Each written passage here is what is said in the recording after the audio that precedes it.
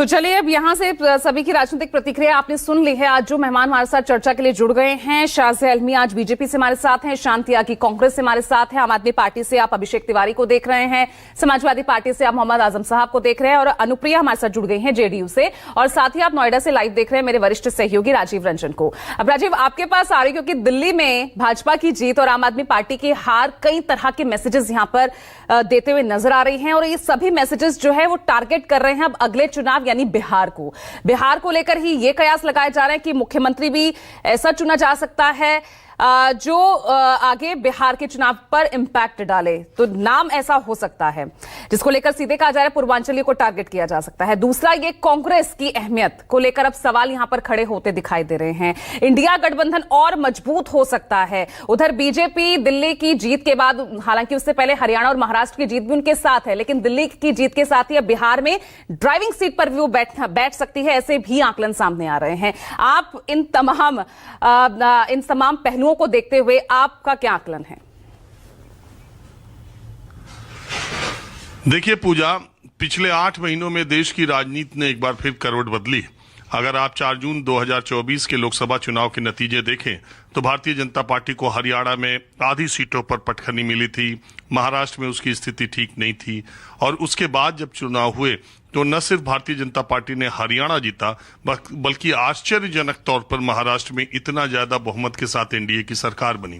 दिल्ली फिर उनके निशाने पर थी और भारतीय जनता पार्टी ने सब तरह से कोशिश करके और सारी मेहनत करके अरविंद केजरीवाल के 10 साल के शासन का अंत कर दिया। वो हैट्रिक मारने की फिराक में थे, भारतीय जनता पार्टी ने उन्हें क्लीन बोल्ड कर दिया। तो अब 8 महीने में भारतीय जनता पार्टी का आत्मबल, आत्मविश्वास जिस लेवल पे चल रहा है, उसके बाद इंडिया गठबंधन की बात करना इस वक्त मुझे लगता है कि बेमानी है। इंडिया गठबंधन लोकसभा चुनाव के लिए था और यहां आपने देखा दिल्ली में उसका कोई असर नहीं था, और मैं उन लोगों में नहीं हूं जो ये मानते हो कि अगर कांग्रेस और आम आदमी पार्टी एक साथ मिलकर लड़े होते तो वो भारतीय जनता पार्टी को रोक लेते। भारतीय जनता पार्टी की जीत को छोटा करने के लिए ये तर्क दिया जा सकता है। कांग्रेस ने पहले भी चुनाव लड़ा था, कांग्रेस ने इससे ज्यादा वोट प्रतिशत पहले भी दिल्ली में पाया था, बावजूद वो केजरीवाल की आंधी को रोक नहीं सके। तो कांग्रेस एक पार्टी है और वो चुनाव लड़ती रहेगी, और कांग्रेस और आम आदमी पार्टी का जो वोट बैंक है वो एक है। एक खड़ा होगा तो दूसरा सिमटेगा, दूसरा खड़ा होगा तो एक सिमटेगा।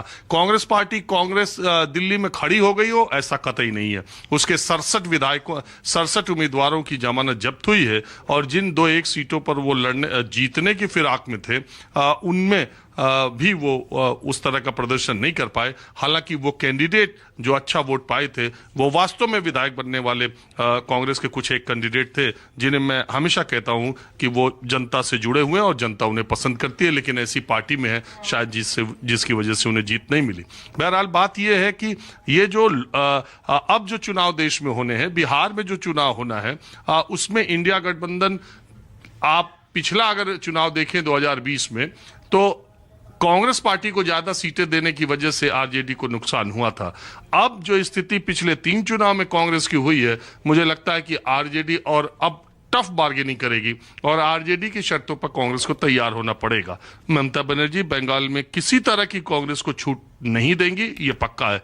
तो अभी जो कैलेंडर में आगे चुनाव है, मुझे तो नहीं लगता कि इंडिया गठबंधन कहीं चुनाव लड़ेगा। और इंडिया गठबंधन की बात ज्यादातर आप देखिए तो रीजनल पॉलिटिकल पार्टीज करती है, क्योंकि वो कांग्रेस से एक तरफ फ्लेक्स भी करना चाहती है, कांग्रेस को ये एहसास भी कराना चाहती है कि भारतीय जनता पार्टी से आप नहीं लड़ सकते, रीजनल पार्टीज लड़ सकती हैं। केजरीवाल हार भले गए हो तब भी 22 सीटें जीतने में कामयाब रहे हैं।